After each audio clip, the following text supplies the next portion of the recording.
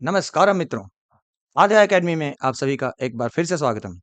Welcome back to Aadya academy once again. तो मित्रों, आज की जो क्लास है ना, ये बहुत ही इंटरेस्टिंग होने वाली है। वो अभी नहीं बताऊंगा, जैसे-जैसे क्वेश्चन सॉल्व होगा, आपको खुद ब खुद पता चलेगा। ओके, तो चलिए, आज हम करेंगे एक्सरसाइज 7.1 क्वेश्चन नंबर 5। ओके, तो क्या बोलता है क्वेश्चन नंबर 5?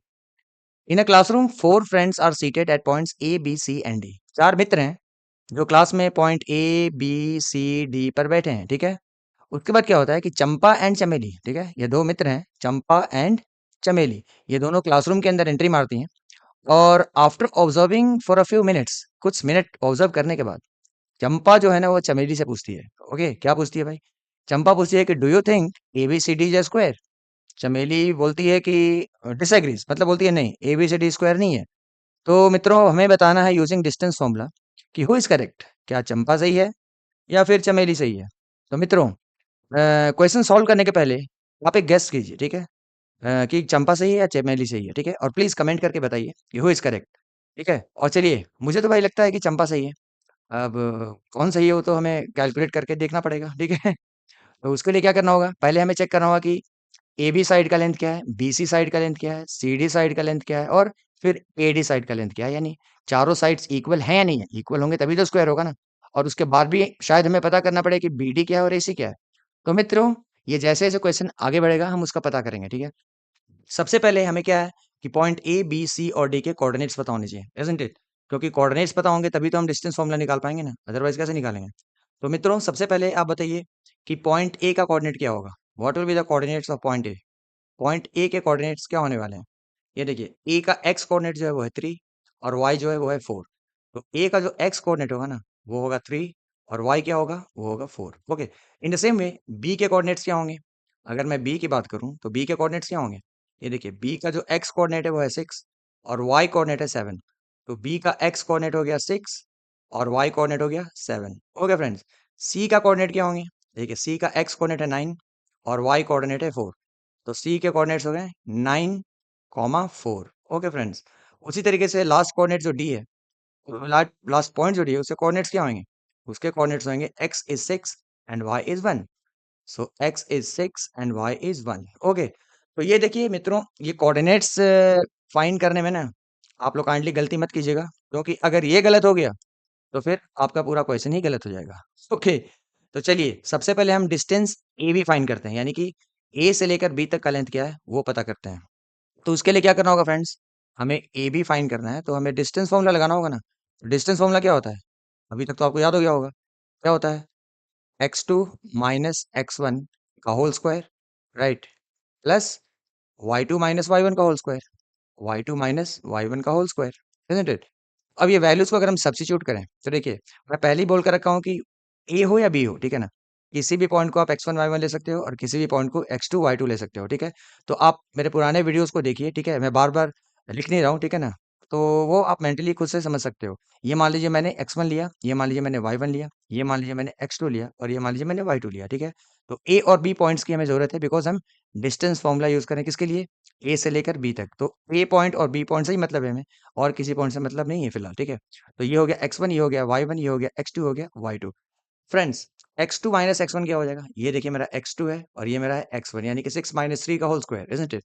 ये हो जाएगा 6 माइनस 3 का होल स्क्वायर। ये मेरा हो गया x2 minus x1 plus y2 क्या है मेरा? y2 है 7 और y1 क्या है? 4, यानी कि 7 माइनस 4 का होल स्क्वायर, इजंट इट?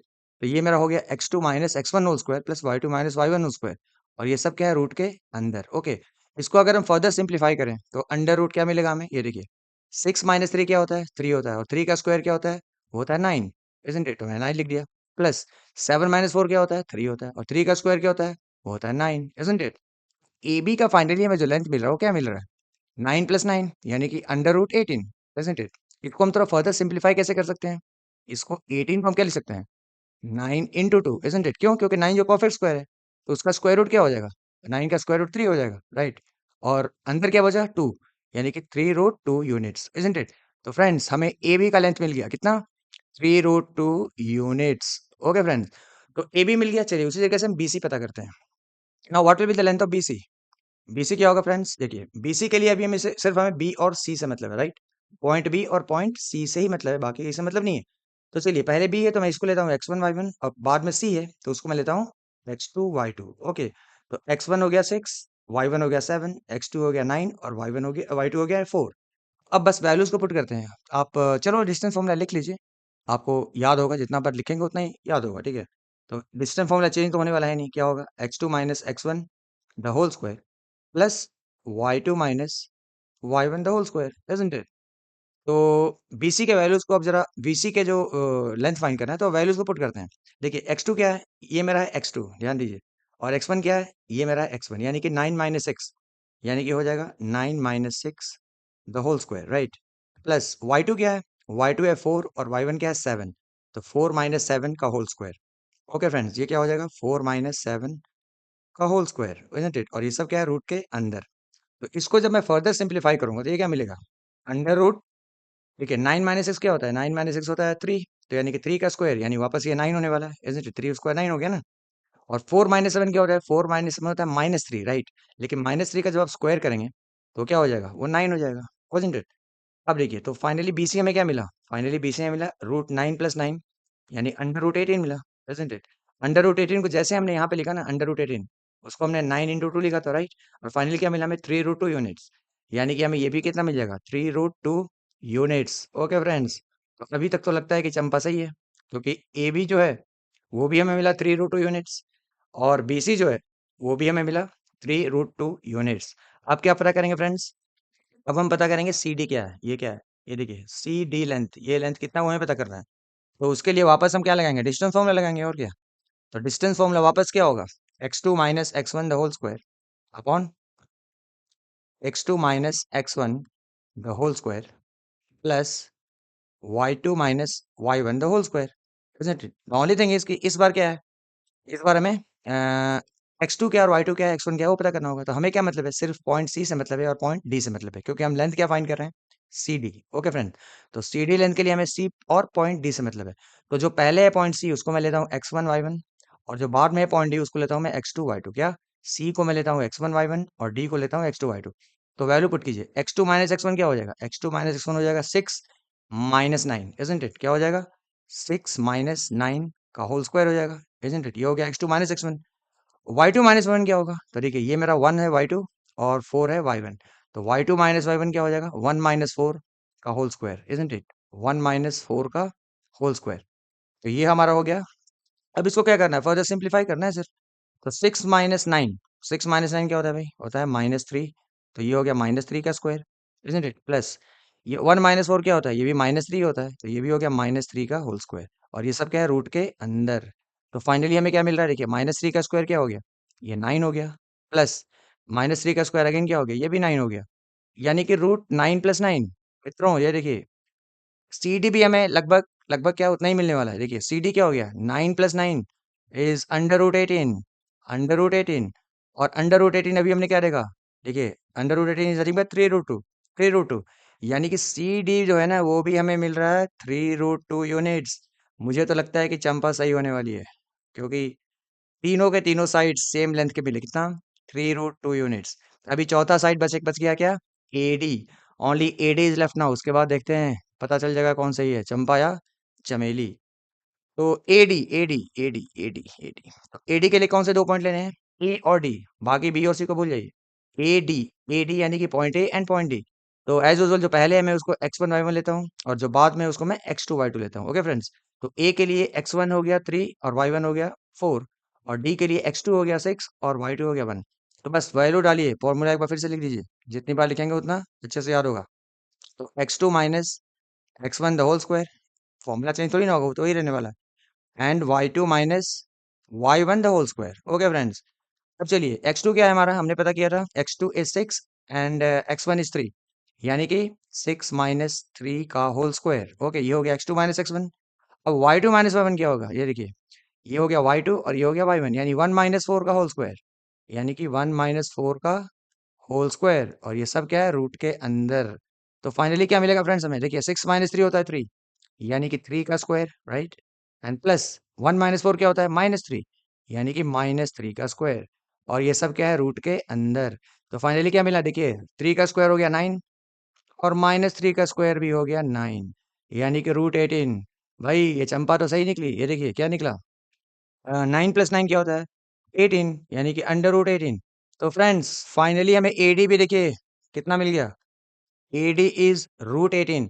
अभी हमने देखा √18 क्या होता है, वो होता है 3√2 यूनिट्स। ओके फ्रेंड्स, तो अब आपको क्या लगता है, क्या चंपा यहाँ तक सही हो गई या अभी भी गलत होने के चांस है? क्योंकि देखिए अभी एक और भी चीज हो सकता है कि हमें चार साइड तो इक्वल मिल गए क्या। हमें क्या मिल गया, हमें मिल गया A B, right, is equal to B C, is equal to C D, and that is equal to A D. यानी कि ये चारों साइड्स इक्वल हो गए कितना, 3√2 यूनिट्स। बट क्या कहानी यहीं खत्म हो गई? What do you think? अभी हम बोल सकते हैं कि ये स्क्वायर है, क्योंकि देखिए ये हमें क्या है, ए बी का जो लेंथ मिला, ए बी का लेंथ जो मिला वही हमें बी सी का भी लेंथ मिला, राइट, और वही हमें सी डी का भी लेंथ मिला, और वही हमें ए डी का भी लेंथ मिला, isn't it? चारों लेंथ सेम है, तो क्या ये स्क्वायर हो गया? भाई रोम्बस में भी तो चारों साइड इक्वल होते हैं, isn't it? In rhombus also all the four sides are equal. तो अभी हम कैसे बोले कि ये स्क्वायर या रोम्बस है? Are you getting? इसके लिए क्या है कि हमें बी डी लेंथ भी पता करना पड़ेगा, ओके, और सी ए सी लेंथ भी पता करना पड़ेगा, इजंट इट?